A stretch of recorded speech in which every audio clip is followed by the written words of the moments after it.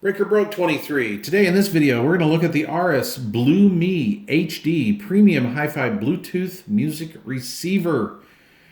This was sent to me to take a look at and review. And I had my choice of white or black. I picked black. I really like that color. But I want to say something about this. This is kind of funny. These guys came to me back in March of this year. I was looking at this and the Blue Dento BLT-HD, and I liked what both of these had to offer as far as specifications go, but I picked the Blue Dento. I got to admit, I picked it for pure cosmetics. Anyway, I was going to come back and revisit and buy one of these, but these guys actually sent this out to me, so I thought that was kind of cool. It usually doesn't work that way. So anyway, let's open it up and see. All right. So we have a quick start guide, very informative, by the way. Excellent, excellent little manual. We have the 3.5 millimeter female to male RCA jack. I actually don't like this. I have had experienced other the auxiliary plugs, the 3.5 millimeter males that go into these, and they don't always fit right, and so sometimes you can introduce a hum into your system if you use these. I honestly would like to have seen a male 3.5 millimeter stereo with male RCA ends on that. So anyway, but I'm going to give them a thumbs up because they even just thought of this, which is like really cool. All right. We have a fairly lengthy, I'm going to assume this thing's about a 5-foot micro USB cord to standard USB cord. And I just didn't unwrap it. It's good quality. I just haven't unraveled it and used it because I have like 1,000 of these things laying around my house. And I already have them set up and wired in on my, my test bench. So I just use what I have. Anyway, it comes with a mildly mid-grade level set of male-to-male RCA jacks or cord. It has a neat little wall wart. This is a nice and quiet wall wart. It or AC adapter. So it's a good piece. This piece comes in at $119 on Amazon, and to see an AC wall adapter with a unit in this price range, that's kind of cool. That's pretty impressive. All right. Oh, this is interesting. This is really interesting, actually. I'm scratching my head on this.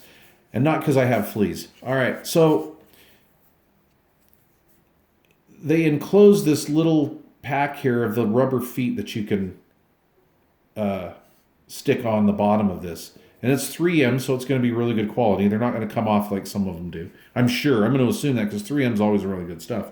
But I don't understand why they left it up to the consumer to do that. That was kind of interesting. So that being said, you've got all that stuff. All right, let's take a look at the unit itself. On the front, we have an MFB button, which is lit behind, and it gives us a little status indicator behind. This little icon right here. And this is an on-off and a pairing button. We have the high-range, high-gain antenna. And I really didn't like these at first when I first saw these. I first saw these on the Audio Engine B1, and I'm like, are you kidding me? That's kind of a cheap way to do it. Look, I'm a radio guy, and I thought, I'm thinking, well, I want to see an SMA connector or something on there. But if you're into radio, you know that anytime you make a connection, you have a minute bit of loss. And at the frequency that these work on, you don't want any loss. And so what's kind of cool about this antenna is it's not removable. You can't take it off, okay? You can adjust it. So like if you want to put it on top of your receiver, you can have it vertical like this. You want to put it on the side next to your receiver in your rack, you can just put it like that to get maximum range. But what I thought was cool about this design is you have the wire, the antenna that goes up in here.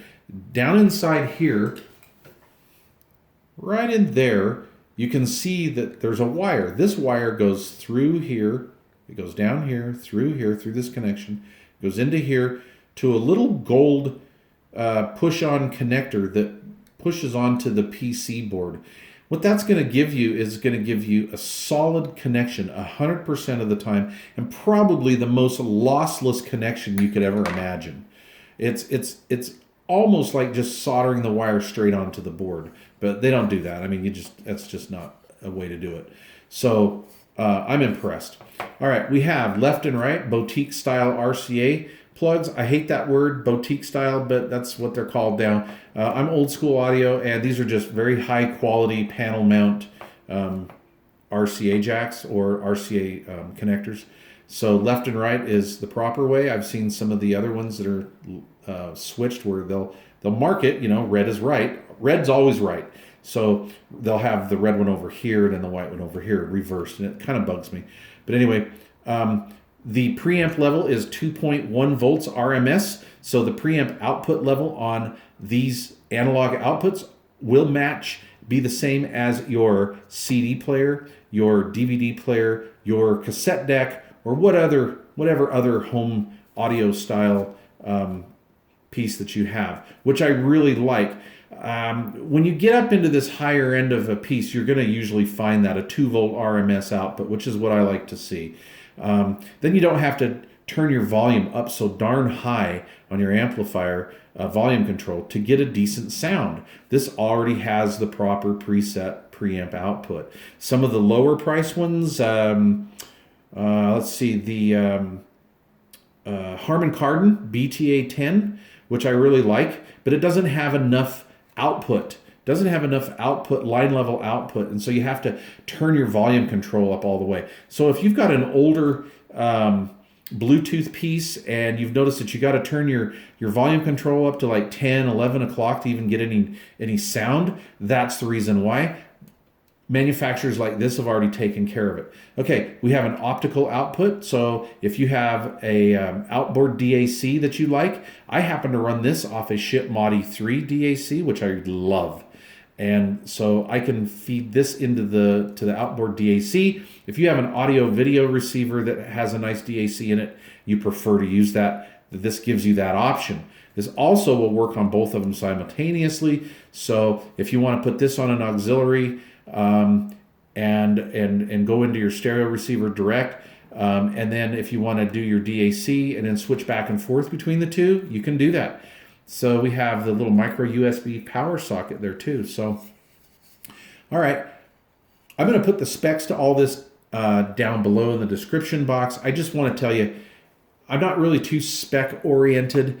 My ear is basically what determines a product that I like or dislike. My ears like this. This is a really nice unit. It has very, very excellent left to right separation. It doesn't have that clouded open soundstage that some of these pieces have. This is not overextended on the lows. It's not overextended on the highs. It's a very natural sound, not a dead sound. It has a sound, it's very fun to listen to. It's a cheery sound. So very, very nice. Let's see, what else? Oh, the receiver range on this is very good. Actually, go over here because I actually compare this against my higher end Audio Engine B1. This is the priciest piece I have in my little stable of Bluetooth receivers. This comes in at just under $200. It's like $188. Very nice receiver. Very nice. Same thing, analog out, optical out, and the little micro USB connector. Oh, look at this. Let's see. Here's all of our labeling here. Upright. We have left and right. They're inverted. Anyway, this, on pretty much every device that I own, I run various tablets. I have an old school tablet. I have a newer generation tablet. I use this on my cell phone. I use this on my laptop. And I try to see how this pairs to various devices. This pairs extremely easy. I'm very happy with that.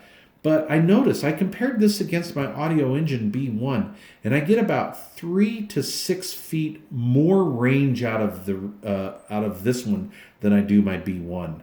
So in that way, it beats it.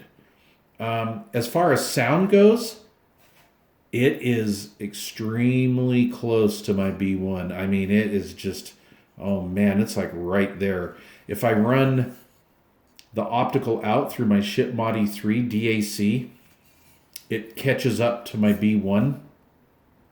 But I mean, you literally have to put these two neck and neck, put them on your preamp, and sit and A-B them you know, like do an auxiliary 1 and an auxiliary 2 or an auxiliary in and a CD in or something, and you have to switch back and forth to really notice any difference at all. So if you don't want to spend $188, you don't need to, because these guys got it handled. Great range, great sound, extremely flexible. I'm really liking this. All right, you guys, I'll leave the specs down below. I'll leave a link to buy this down below if you want to. By the way, I really want to thank you guys for supporting this channel through my Amazon links. I'm not going to beg for money on Patreon or any of that stuff. I just don't believe in it, because generally, for the most part, I do buy all this with my own money. And I can do that because you guys are helping out this channel by using my Amazon links. And Dr. Evil doesn't get all the Skrilla. You take it, when you do that, a little bit of his profit motive comes out and goes to me. And I like that. So anyway, thanks a lot for watching, you guys. If you like this video, please give it a thumbs up. If you haven't yet subscribed to this channel, please do think of subscribing at least. And peace out. We'll see you on the next one. We got more Bluetooth stuff to come. Thank you. Thanks for watching.